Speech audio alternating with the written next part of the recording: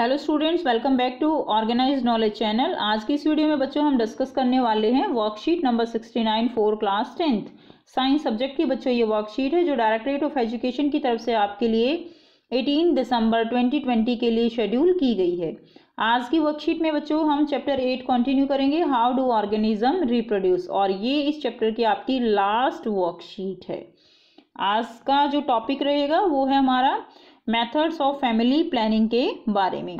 और अभी तक अगर आपने चैनल को सब्सक्राइब नहीं किया है तो चैनल को जल्दी से सब्सक्राइब कर लें and also press the bell icon for further notification. So now let's start. What is fertilisation? The process by which male gamete unite with the female gamete, that is ovum, and male gamete, that is sperm. They combine, or you can say they fuse to form a zygote. तो ये process क्या होता है? This process is known as fertilisation.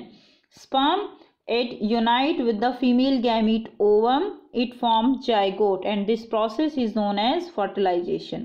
What happens when the egg is not fertilized? क्या होगा बेटा अगर ये जो एग है ये फर्टिलाइज ही नहीं होगा? ठीक है, अगर फर्टिलाइज होता है तो जो फ्यूचर बेबी है वो फॉर्म होगा, उसका बर्थ होगा।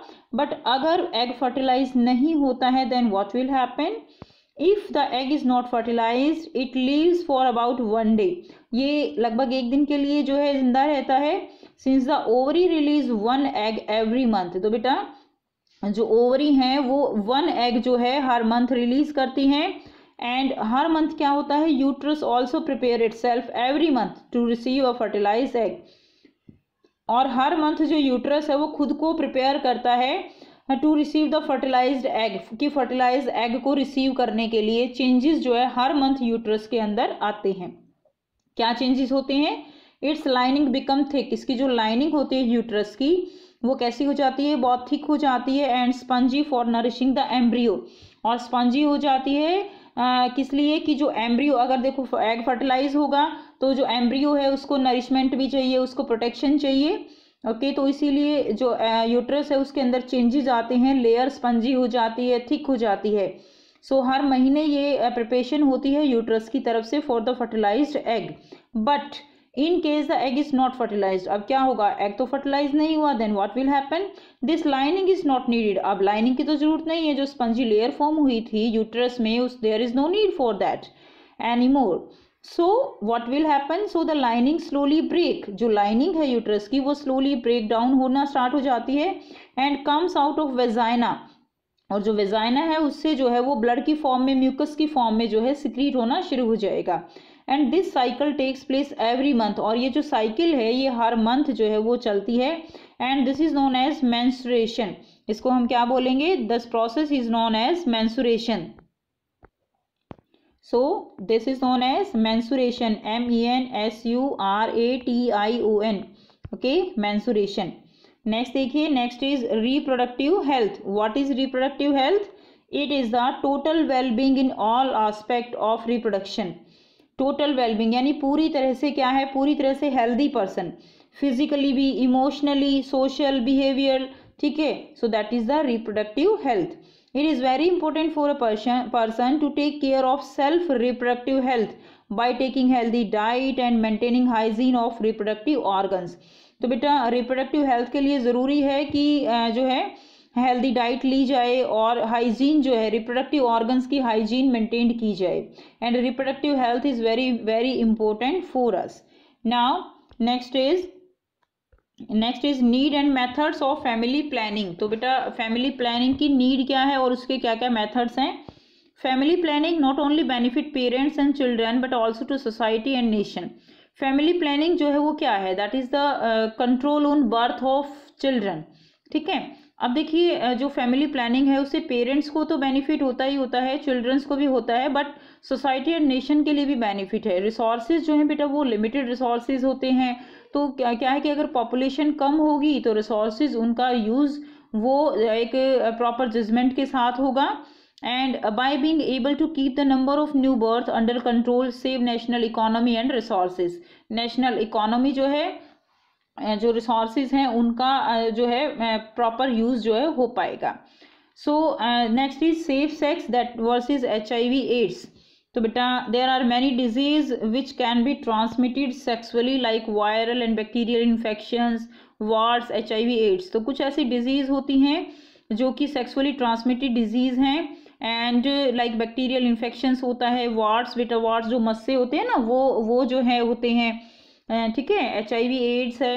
और जो ये HIV है that is very infectious and deadly disease, बहुत ही ज़्यादा घातक बीमारी है ये, ठीक है। ये क्या है, ये एक तरह की सिंड्रोम है, और ये सिंड्रोम मतलब सिंड्रोम क्या है कि ये बहुत सारी बीमारियों की एक तरह से आप कह सकते हो रूट है, ठीक है। ये जो एड्स है इसमें क्या होता है ना कि जो HIV वायरस है वो हमारी बॉडी में एंटर करके हमारी जो इम्यूनिटी सिस्टम है, इम्यूनिटी जो पावर है उसको लूज कर देता है, उसको ख़त्म कर देता है। और क्या होता है कि फिर अगर कोई और छोटी से छोटी बीमारी भी अगर हमारे ऊपर अटैक करेगी तो हमारी इवन सिंपल फीवर से भी हमारी डेथ हो सकती है, क्योंकि इम्यूनिटी को बिल्कुल ख़त्म कर देता है HIV वायरस। तो ये एक तरह का क्या है, ये सिंड्रोम है, okay. So it is possible to prevent such type of diseases by using barriers. तो इसको हम कैसे प्रिवेंट कर सकते हैं एड्स को? ये सेक्सुअली ट्रांसमिटेड डिजीज है and it can be prevented by using the barriers like condom etc. And safe sex can prevent transmission of sexual disease from one partner to another partner. Now next there are various methods of family planning. तो बेटा family planning के various methods जो है दिए गए हैं that are very important. Mechanical barrier. Mechanical barrier क्या है? These prevent physical meeting of sperm and egg. तो बेटा देखिए ये क्या है, this is the sperm and this one is egg. So what happened? This mechanical barrier, these prevent the physical meeting of sperm and egg through a barrier that is in between, for example condom, okay. So इससे जो है जो physical meeting है उसको रोका जा सकता है। एंड सेकंड देखिए changing hormonal balance of body. जो हमारी बॉडी के हार्मोन्स हैं अगर उनको चेंज कर दिया जाए तो भी ये क्या होगा, चेंज हो जाता है। ये भी एक मेथड है फैमिली प्लानिंग के लिए। कैसे? By changing hormonal balance of body, eggs don't release. तो इससे क्या होगा, जब हार्मोन्स का बैलेंस चेंज हो जाएगा तो एग जो है वो रिलीज नहीं होगा and fertilisation will not occur. And this is done by taking oral pills. तो जो पिल्स होती हैं, टैबलेट्स होती हैं, उनको जो पिल्स हैं उनको लेकर ये हार्मोनल इम्बैलेंस किया जा सकता है। एंड और इंजेक्शंस अंडर स्किन, इंजेक्शंस भी आते हैं। But however this method has some side effect on health if taken for a long time. और अगर लेकिन इसमें प्रॉब्लम ये है कि अगर इसको लॉन्ग टाइम यूज़ करते हैं तो इसके साइड इफेक्ट हो सकते हैं। नेक्स्ट देखिए third method is intra uterine devices. So intra uterine devices क्या है कि इसके अंदर बॉडी के अंदर जो है फीमेल बॉडी के अंदर इस तरह के डिवाइसेस वो लगा दिए जाते हैं। So these devices are inserted inside the body of women by the doctor, therefore preventing meeting of the sperm with the egg. जिससे जो स्पर्म है वो एग के साथ मिक्स नहीं होता है, फर्टिलाइज नहीं होता है, for example like copper T. Next देखिए last method is surgical method. तो इसमें सर्जरी कर दी जाती है, सर्जिकल मेथड है। सर्जरी कैसे होती है? It help to block gamete transport by some minor surgery. Minor जो है सर्जरी करके और इससे जो है जो गैमीट है उसको ब्लॉक कर दिया जाता है। इन केस ऑफ देखिए मेल के अंदर क्या होता है, इट इज़ कॉल्ड वेसिक्टॉमी। ये जो सर्जिकल मेथड है इसको बोला जाता है वेसिक्टॉमी, ठीक है। वेसिक्टॉमी में क्या होगा, इसके अंदर जो है वासा डिफरेंसा।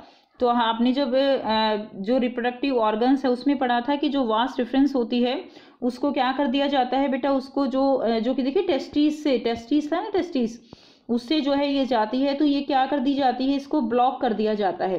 ब्लॉक करने से क्या होगा कि जो स्पर्म है वो एग के साथ फर्टिलाइज नहीं कर पाएगा, okay. So if vas deferens is block transfer of sperm can be stopped. उसके बाद देखिए फीमेल के केस में क्या होता है, फीमेल के केस में ये छोटी सी जो सर्जरी होती है इसको ट्यूबोक्टॉमी बोला जाता है, यानी ट्यूब की सर्जरी, ठीक है। तो if fallopian tube is block, यानी किस ट्यूब को ब्लॉक किया जाता है, फैलोपियन ट्यूब को, फैलोपियन ट्यूब को ब्लॉक कर दिया जाता है। Then eggs can not reach the uterus, eggs जो है वो यूटरस तक नहीं पहुंच पाएंगे। And fertilisation does not takes place, और फर्टिलाइजेशन वो नहीं होगा, okay. So in that case this process is known as tubectomy and in case of male it is known as vasectomy. So बेटा हम क्वेश्चन आंसर करेंगे। So first question है what is fertilisation, what happen if the egg is not fertilised. Fertilisation क्या है, क्या होगा अगर egg जो है वो फर्टिलाइज ना हो।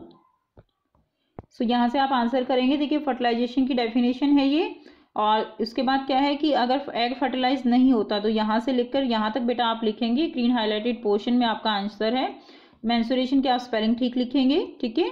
सो what happen if the egg is not fertilise, lining is not needed any more, और वो जो है ब्रेक होगी और वजाइना के थ्रू जो है ब्लड एंड म्यूकस फॉर्म में बॉडी से बाहर आती है, and this is known as menstruation.